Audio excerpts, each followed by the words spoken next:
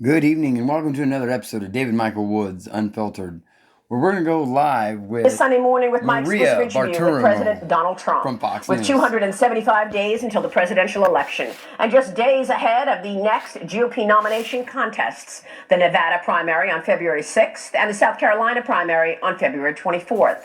I met with the 45th president on Thursday at his estate in Florida amidst heightened tensions between the United States and Iran, Russia and China, and economic anxiety here at home. The backdrop, all part of the reason President Trump believes he will be locking up the GOP nomination for president very soon. I don't know what the timing is, but I know we're leading in every single state. We are going to win Nevada very easily. That'll be next week. We have a situation where they forgot to apply, I guess, for Indiana. You don't run and not apply for Indiana, great state. And so we won Indiana, or will. And we've won just about everything we've touched. We had record numbers in, as you know, big records in New Hampshire, and Iowa was the largest percentage anyone's ever won by. So we're having tremendous victories, and I would think that it would be soon. I would certainly think so. And we're leading Biden in virtually every poll. Let's talk about the general election. Assuming you get the nomination, it's mid-March, and you've locked up that nomination. How are you going to attract independents, those anti-Trumpers? Do you have a plan? So I don't know if they're really anti-Trumpers. They want security, they want safety, they want a great economy, they want a strong border. The border is a disaster. Nobody's ever seen a border like this. Look, you talk about it all the time. Nobody covers it better. But you see what's going on. We're letting millions of people. I think the number is going to be 18 million people by the time he gets out. Wow. I think 18 million people. That's bigger than New York State. I'm going to get to that. Yeah. But your critics, who are with Nikki Haley, said that they're not going to vote for you regardless of you getting the nomination. Do you have a plan to win over those independents or anti-Trumpers that are with Nikki Haley? Well, I'm winning every election by tremendous numbers. So she had a great chance in New Hampshire because Democrats voted for her, and she still lost by 12 or 13 points. That was the one place that she had a chance because Democrats are stupidly allowed to vote in the Republican primary, and independents also. So they voted, and we beat her by a lot. Again, I got the most votes in the history of that primary.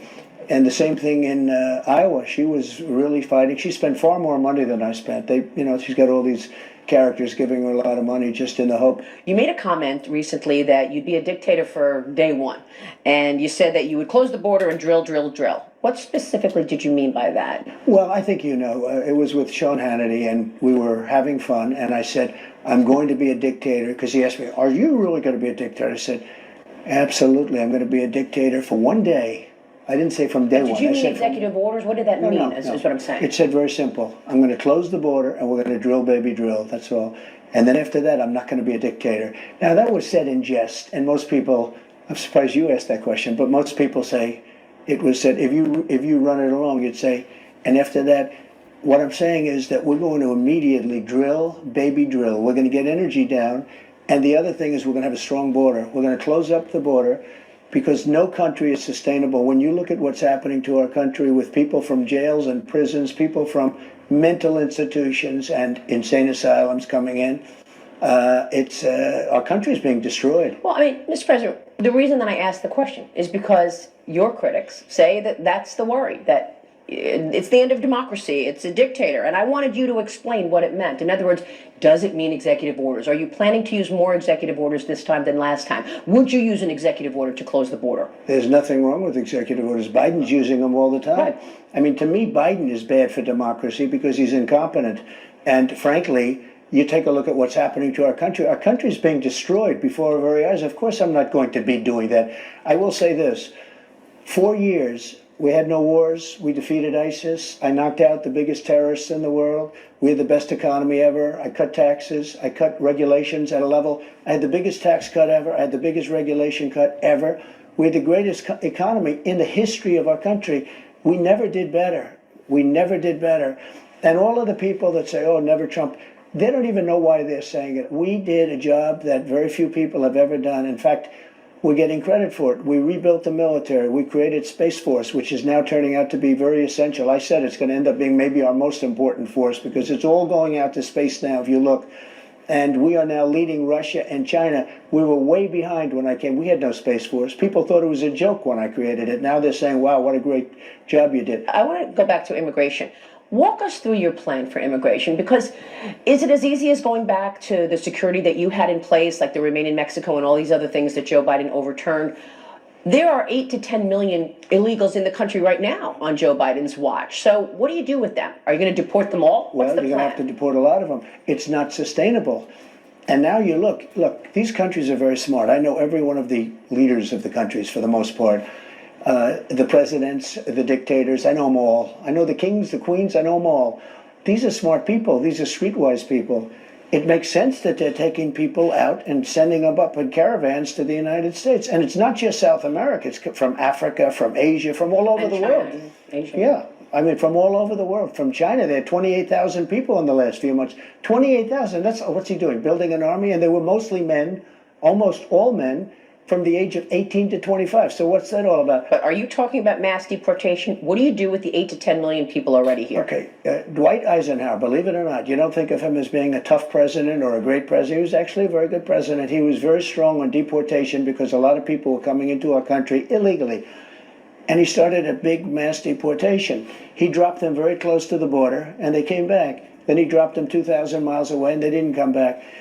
We cannot allow scenes like I saw in New York 2 days ago, where policemen are being beat up by gangs of illegal immigrants, in that case from Venezuela, Honduras. We can't allow that. And these are kids that are fighters. They were not, babies. They were knocking the hell out of our policemen. We can't let this happen. These are tough people. So the heads of these countries are smart. They're not sending the people that are doing a great job and that they love in the country. They're sending people, for the most part, that they don't want. And they're putting them into caravans. I know that because they tried it with me, but I turned back the caravans. Look, I had the safest border in the history of our country. I built 561 miles of wall, and that was good. But I also got Mexico to give us 28,000 soldiers free of charge. Now, I told them that we were not going to be happy if you don't do it. We're going to put tariffs on your cars and everything else that you sell us, which is a lot, if you don't do it. And they did it. They gave us 28,000 soldiers, and we had the best border we ever had. To this day, I had the best border we've ever had. Now we have the worst border probably in the history of the world. I understand. I'm told that the Chinese are paying $35,000 a head, $50,000 a head to come to the southern border. They're paying the drug cartels this money. The number of Chinese nationals, and they are military-aged men, you're right, up 1,100% year over year. Are they being directed by the Communist Party to come here? I believe so. I believe so. And I believe we're going to have a terrorist attack 100%. 100%. During my term, I had no terrorist attacks. You know that, right? So there'll be saboteurs? What are they? I had all sorts of bans on people from certain countries. I had bans all over the place. We had no attack. I had nothing. Where are we with China? How strong is China's influence on American politics, American business?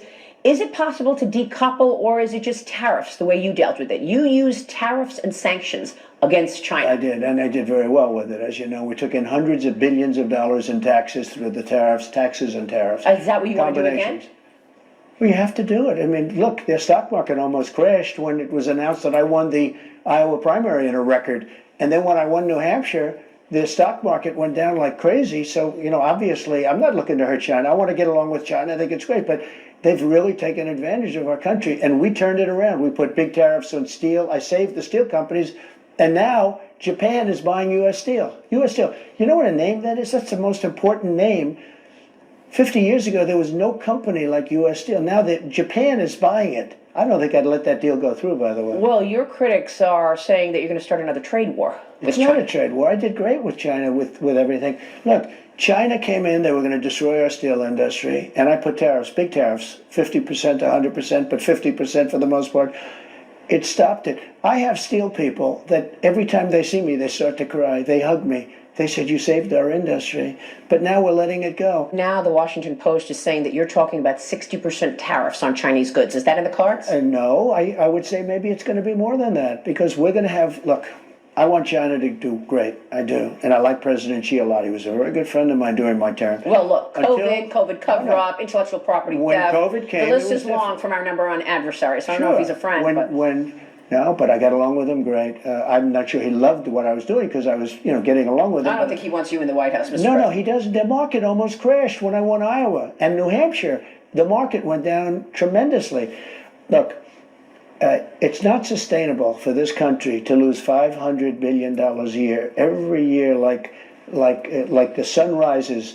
We lose $500 billion a year. No country can sustain that. And we're not going to do it because the people that ran our country allowed it to happen. They would have never sent a balloon over the United States if I were president. And you understand that. Are you saying there was never a balloon on your watch? Well, they tried to say there wasn't. Now they find out that there wasn't. They would have never done it. He would have never done it. They respected our country 3 years ago. Today they think our country's a joke. And it started, I think, more than anything else with Afghanistan. That was the worst display of military incompetence I've ever seen. Do you believe China will interfere or try to interfere in the presidential election? That's what John Ratcliffe said on this program. I think they will, and they won't be interfering on my behalf. We should go same-day voting, paper ballots, voter ID, and no mail-in ballots. Would you try to stop China from taking over Taiwan? What would you do if they were to Taiwan? I won't tell you now because that would really jeopardize my negotiating ability with China. So I don't talk about those things. It's very hard to say I would or I wouldn't. They know what I do and they know where I stand, and we won't have a problem. Trump, in this exclusive interview, tells me the most important criteria he's using to determine who will be his running mate and vice presidential hopeful. But first, I asked the 45th president about America leading today on the world stage. Given all the conflicts developing overseas, if you are elected in November, what's the first thing you do to get America's strength back on the international stage? First thing you have to do is close up the border. You can't have millions of people, and then you're going to have to do a massive deportation. You have to do it. Mr. President, I want to get back to Iran. We lost 3 service members last week. May they rest in peace. In Jordan, an enemy drone from Iranian-backed proxies launched that deadly drone strike, killed our heroes. What should be the proper response? Before you go too far, would have never happened with me. I had Iran in check. Do you know, we hit them very hard for something that they did, and they had to hit back. They feel they have to do that, and I understand that. Do you know they called me to tell me we're going to hit a certain location, but we're not going to hit it. It's going to be outside of the perimeters. Who called you? Iran called me, called for me. And they let us know, and we had 16 missiles went off. I believe it was 16. 6 or 7 failed in the air. When was this? This was prior to the attack on a fort that we had where they hit back. Do you remember when they sent 18 missiles or 16 missiles? 5 failed. They let us know, don't move. We're going to have to hit you back. Psychologically, we have to do that because we hit them on something. You remember. They sent 16 or 18 missiles, and we knew they weren't going to hit inside the fort. And the media was going, and now I reveal it, the media was going wild because they say it's strange. They're very accurate missiles. How come they all missed?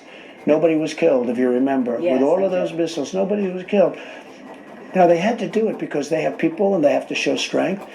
So they aimed the missiles, but they said, please don't attack us. We're not going to hit you. That was respect. We had respect.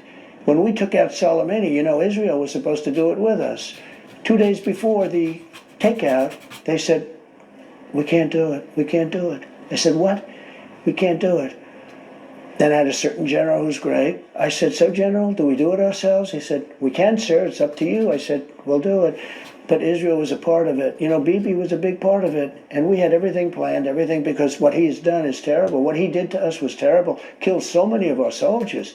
Killed so many people. He's the father of the roadside bomb. You know that, right? And Soleimani, we can't, it was just incredible. And al-Baghdadi, I wiped him out too. Yeah. We took out al-Baghdadi, the founder of ISIS, that nobody could find except me, and Soleimani, father of the roadside bomb. Now, and beyond that, killed many people. He was going to attack 5 of our military bases, and we took him out. And we took him out without Israel, because Israel, 2 days before the attack, they said, we cannot participate. So, again, what should be the response from the United States? And what do you think about Biden's response? Well, if you're going to not want a widening war, then you're going to have to be a lot tougher initially. He showed his cards. Because right now, number one, he shouldn't even be talking about what he's going to do. He shouldn't say he's going to do anything. He's going to do much or very little. But He's incompetent. Everybody knows it. He doesn't even know. Somebody's making decisions in there. It's not him. He is look, when it comes to a lot of countries, I think he's a Manchurian candidate because he receives money from China. He gets a lot of money from China. People say, I wonder why he's so weak on China. He gets a lot of money from China. Any thoughts on a response to Iran, or you don't want to discuss it? I can't tell you what I do. I know exactly what I do. It's subject to change, of course, but I know exactly what I do. You know, there were a lot of stories, you covered it a long time ago, that Iran had no money to give to Hamas or Hezbollah. They had no money. And they were all going out of business. All these terror outfits were going out of business. I said, anybody that does business buys oil, because that's the big deal. Essentially business, but oil in particular. Anybody that buys from Iran will do no business with the United States. Everybody stopped. They were selling almost nothing. They were almost out of business. They would have had a deal with me within 2 weeks after the election. Now, the deal is a very simple deal, no nuclear weapon. They're going to have a nuclear weapon in the next 60 days. And once they have a nuclear weapon, it's a whole different story. It's a whole different negotiation, whole different deal. And Biden allowed them to do this. He's allowed them, and now they're a very wealthy country. They are a country with over $200 billion, and they control Iraq. Another stupid thing that we did. Going into Iraq was a stupid thing. Remember, I used to say, don't do it, but if you do it, keep the oil. Would you still send aid to Israel right now? Look, we've always got to protect Israel, in my opinion. They've been, you know, they're amazing people. What they've done it's an amazing thing, and they've been loyal to us. Mr. President, when will you announce who your VP is? Not for a while. I mean, Not for a while. we have so many great people in the Republican Party, but not for a while. What criteria are you using to identify who your running mate is? Always, it's got to be one thing. It's got to be who would be a good president. I mean, you always have to think that because, you know, in case of emergency, things happen, right? No matter who you are, things happen. It's got to be number one. Who is your running mate? Well, I have a lot of good people. We have a lot of really good people. So you haven't decided who it is? I have a lot of good ideas, but I haven't. And there's no reason so to do you that haven't quickly. told that person, you're my person? I speak to everybody. I speak to everybody. You know, I called Tim Scott this because a lot of people like Tim Scott. I called him and I said, you're a much better candidate for me than you are for yourself.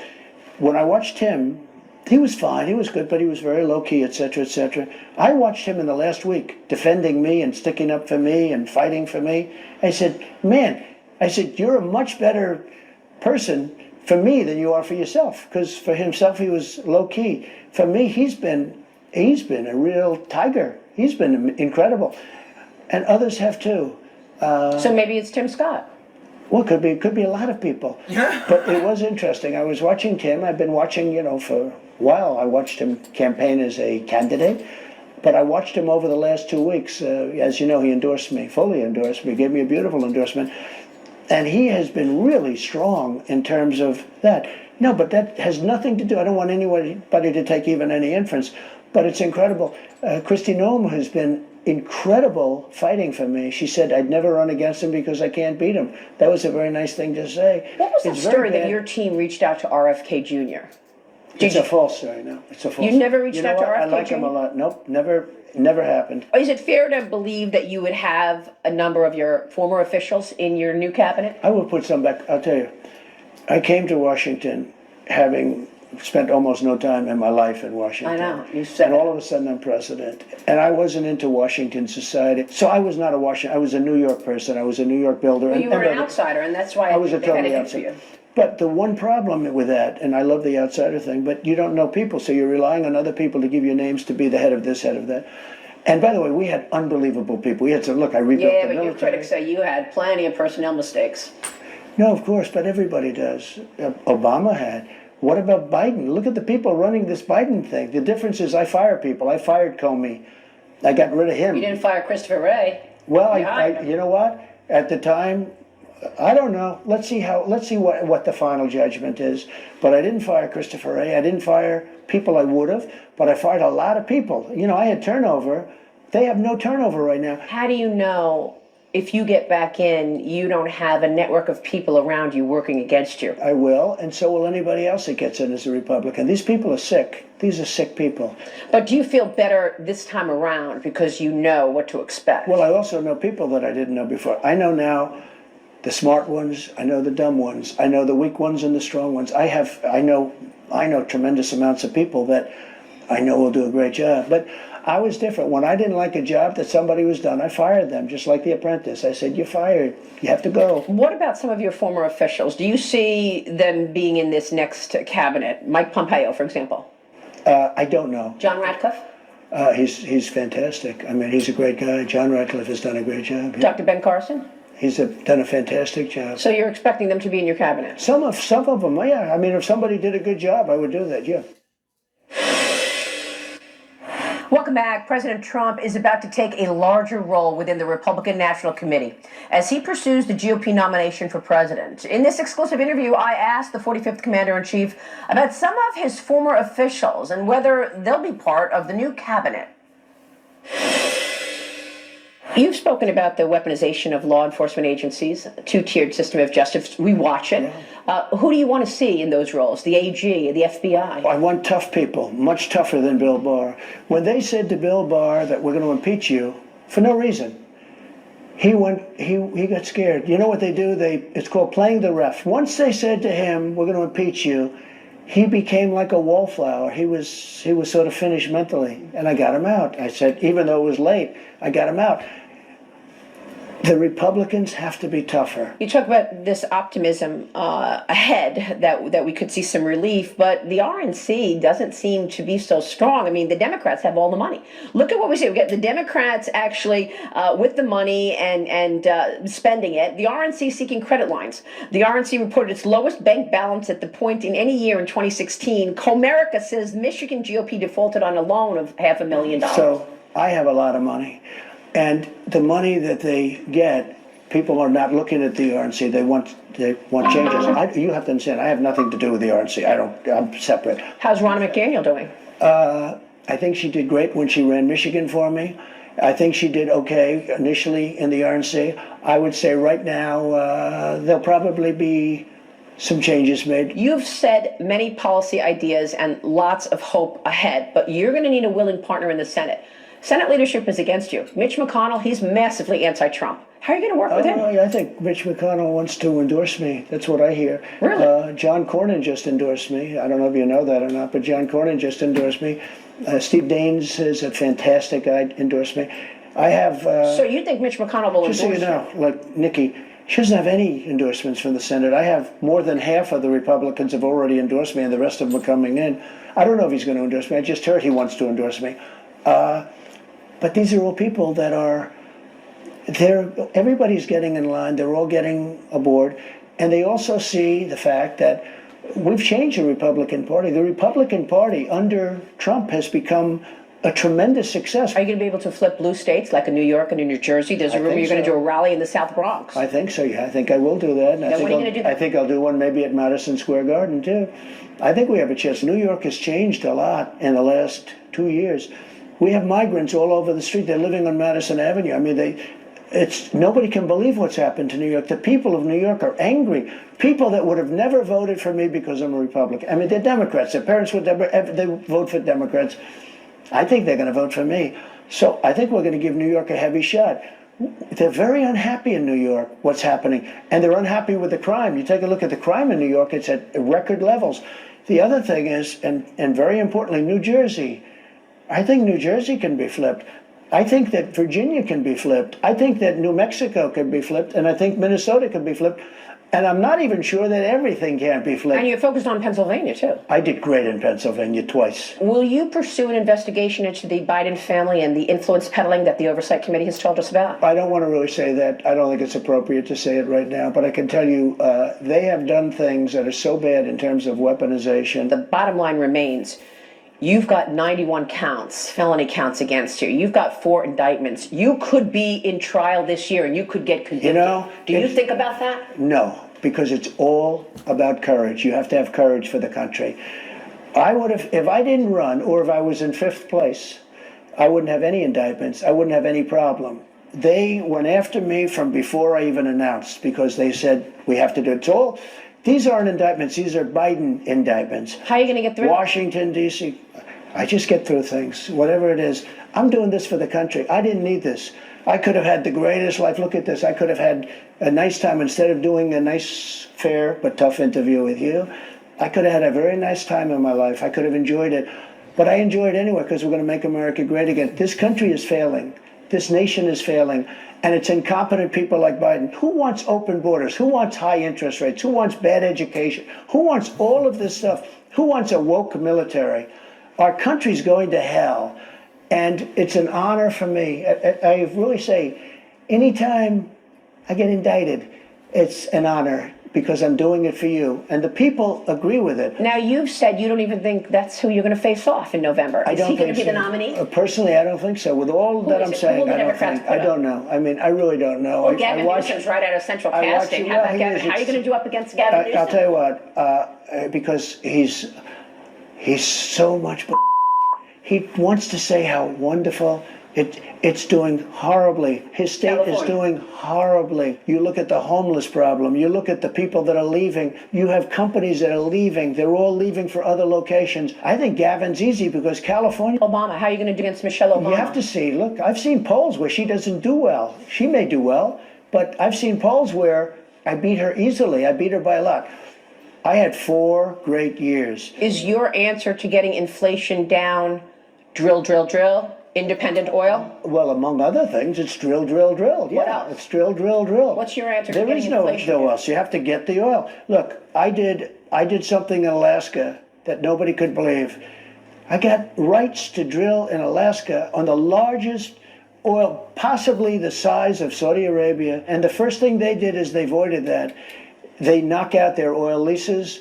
And now they're letting some things happen because if oil goes up, then he's finished. But they have been so bad and so disrespectful to that industry. It's incredible. I think this, our country's a mess. Our borders are open and insecure. 9 months is a long time. You have a very good chance in that period of time of having World War III because we have somebody that is not doing his job properly. He's not respected. He's laughed at all over the world. He's not doing a good job. President Trump also told me that he believes inflation is likely to spike given the hostilities in the Red Sea, and that if Obama, how are you going to do against Michelle Obama? You have to see. Look, I've seen polls where she doesn't do well. She may do well, but I've seen polls where I beat her easily. I beat her by a lot. I had 4 great years. Is your answer to getting inflation down drill, drill, drill? Independent oil? Well, among other things, it's drill, drill, drill. What else? It's drill, drill, drill. What's your answer to There getting is no inflation down? else. You have to get the oil. Look, I did something in Alaska that nobody could believe. I got rights to drill in Alaska on the largest oil, possibly the size of Saudi Arabia. And the first thing they did is they voided that. They knock out their oil leases. And now they're letting some things happen because if oil goes up, then he's finished. But they have been so bad and so disrespectful to that industry. It's incredible. I think this, our country's a mess. Our borders are open and insecure. 9 months is a long time. You have a very good chance in that period of time of having World War III because we have somebody that is not doing his job properly. He's not respected. He's laughed at all over the world. He's not doing a good job. Thank you for watching another episode of David Michael Woods Unfiltered, as that was the Donald Trump interview on Fox this morning with Maria Bartiromo.